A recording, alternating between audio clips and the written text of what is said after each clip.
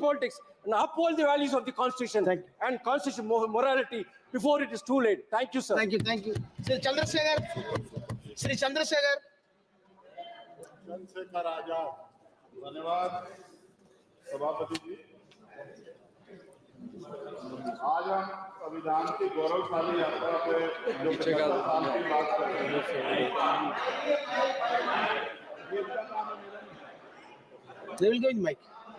धन्यवाद सभापति जी। आगे सर, आगे आगे।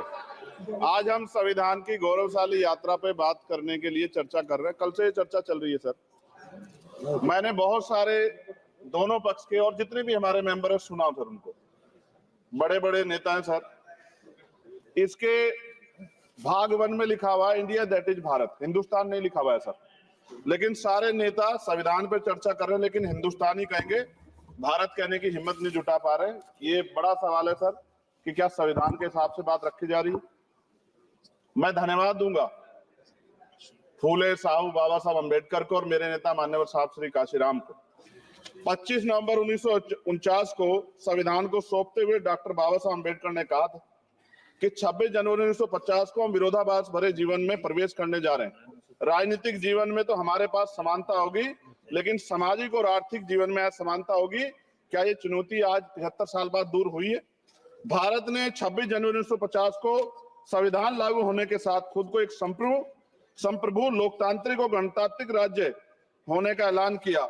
लेकिन सर उस समय संविधान की स्थिति ये थी कि जैसे गांव का कोई आदमी, मैं 50 की बात कर रहा हूं, वो 50 साल पहले शहर में आ जाता और बड़े लोगों की महफिल में चला जाता, उस जहां वो खाना खा रहे हो, और वो टेबल पे नैपकिन को खा के जो है ये कहता कि ये तो फीका, क्योंकि वो जानता ही नहीं था, वो समझता नहीं था संविधान को, संविधान है क्या। संविधान उसके लिए महज दस्तावेज था।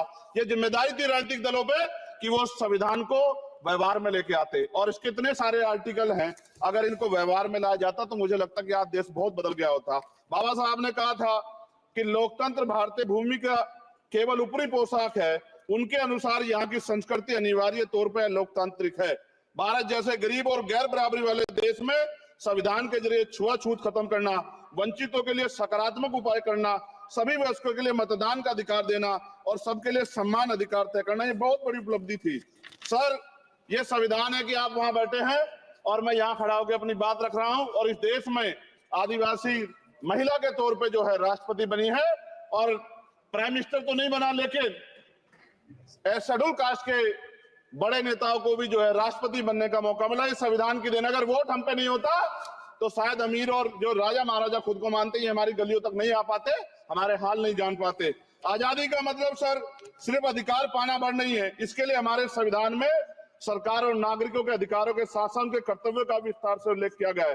बाबा साहब ने संविधान सभा में दिए गए भाषण में कहा था कि स्वतंत्रता आनंद का विषय है, पर अब हमें अपनी जिम्मेदारियों पर भी ध्यान देना होगा।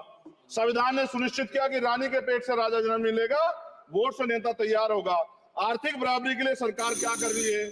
गरीब और गरीब हो रहा है और अमीर हो रहा है। सुबह उठते कहीं बम की धमकी मिलती, कहीं दंगे की। ये अमृत काल है सर या धमकी काल है? कितना बढ़ रहा है आर्टिकल 15 सर। भारत में आज भी घोड़ी चढ़ने बैठने होती है। प्लीज सर, क्या दलितों को यहाँ भी बोलने नहीं सर,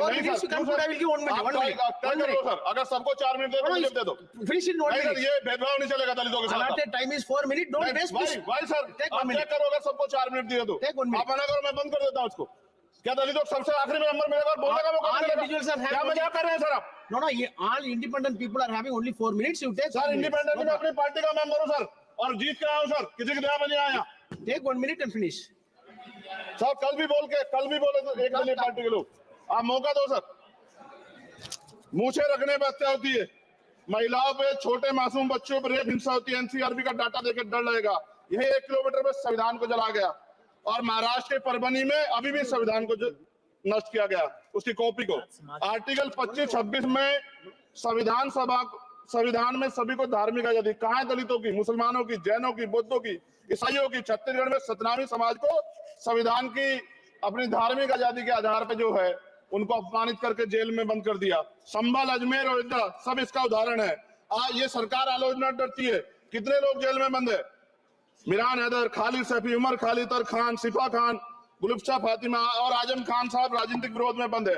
सरकार यहाँ बैठी है, सरकार सामाजिक न्याय की बात करती है। बताए कितने दलित मुख्यमंत्री बना रखे हैं आपने? 13 ज्यादा सरकार स्टेट में सरकार है। कितनी महिला मुख्यमंत्री है? आपकी सरकार ने सुप्रीम कोर्ट के आदेश के बाद रिजर्वेशन प्रमोशन में जारी नहीं किया, और ओबीसी को पॉलिटिकल रिजर्वेशन आप देंगे नहीं देंगे, आप बताने का काम करें।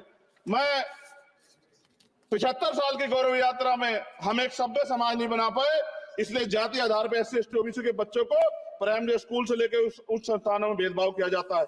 सरकार निरंकुश हो गई, कोई बुलडोजर से कार्रवाई करता है। कल मंत्री जी ने कहा हमने राष्ट्रीय पिछड़ा वर्ग आयोग बनाया, 69 शिक्षक भर्ती में उसकी सिफारिशों को नहीं माना। EWS के जरिए आपने संविधान पे आरक्षण के प्रावधान पे हमला किया। 1 मिनट में खत्म कर रहा हूं सर। संविधान सर, न्यायपालिका में आर्टिकल 124 ये कहता है सर, ये अधिकार जो है, Chandrashekhar ji please conclude sir 1 minute में प्लीज संविधान में न्यायाधीशों की नियुक्ति का अधिकार राष्ट्रपति के द्वारा होना चाहिए, अभी तक नहीं हो रही है। All India judicial service commission कब बनेगा? क्या चंद परिवार ही सर जज बन सकते हैं? और आज हम सर, मैं सरकार से सवाल पूछना चाहता हूं सर, सेवाओं में SC ST OBC वर्ग का कितना प्रतिनिधित्व है? भारत सरकार के मंत्रालयों के अधीन PSU में, बैंकों, बीमा कंपनियों में और स्वस्थायी संस्थानों में आउटसोर्स तथा कॉन्ट्रैक्ट पर वर्तमान कार्यरत कर्मचारी कुल कितनी संख्या है? आउटसोर्स और कॉन्ट्रैक्ट में कार्यबल SC ST OBC कितना प्रतिशत है? निजी क्षेत्रों में कार्यरत कर्मचारी उनके SC ST OBC की वर्ग लाभ। सर खत्म कर, लास्ट पॉइंट सर, मैं फिर स्पष्ट तौर पर कह रहा हूं सर, यहां बैठे SC और OBC के मेंबर से कह रहा हूं सर, उनको सामाजिक जिम्मेदारी का ध्यान भी रखना चाहिए। पार्टी के प्रति वफादारी के साथ साथ अपने वर्गों के प्रति ईमानदारी भी रखनी चाहिए। ईमानदारी नहीं होगी तो उन वर्गों का भला नहीं हो सकता, और हमें बहुत सरकारों से उम्मीद नहीं है। बहुत बहुत धन्यवाद सर। Thank you. बहुत बहुत धन्यवाद सर। आज संविधान की ऊपर चर्चा करने के लिए आपने मुझे मौका दिया। माननीय अध्यक्ष जी, जब भारत का संविधान बना